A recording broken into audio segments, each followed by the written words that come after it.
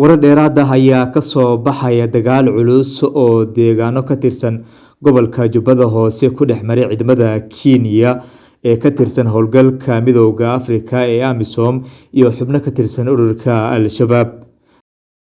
Dagaalka ayaa yimi kadib markii sida la sheegay xubno ka tirsan ururka Al-Shabaab ay weerar ku qaadeen saldhigga ciidamo ka tirsan kuwa Kenya ay ku leeyihiin deegaanka Kulbiyow ee Jubbada Hoose. Dadka deegaanka Kulbiyow ayaa waxa ay sheegeen in ay maqlayeen dhawaqa rasaasta ay isweedaarsanayeen labada dhinac, sidoo kalena uu jiro khasaare dagaalka ka soo gaaray labada dhinac iyo dad rayid ah intuba. Dadka deegaanka waxa ay sheegeen in ay cabsi ballaaran soo wajahday intii uu dagaalka socday, maadaama ay ka baqayeen in ay waxyeello ka soo gaarta dadka deegaanka. Weerarkaasi u dhexeeyay ciidamada AMISOM ee Kenya iyo ururka argagixisada ah ee Al-Shabaab.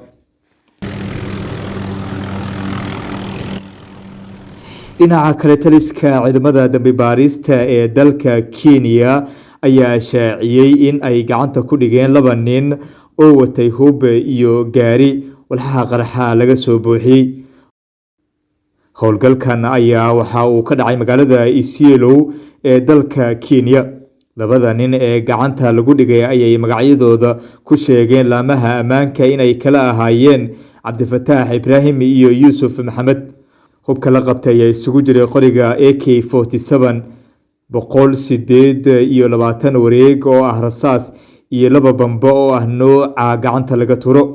Baaritaan ayaa lagu wadaa 2 tuhmane, waxaana kiiskooda gacanta ku haya laamaha burburinta bambooyinka iyo la dagaalanka argagixisada. Booliska ayaa lagu yiri war qoraal ah oo ka soo baxay booliska dalka Kenya, gaar ahaan ururka la dagaalama argagixisada iyo dambi baarista.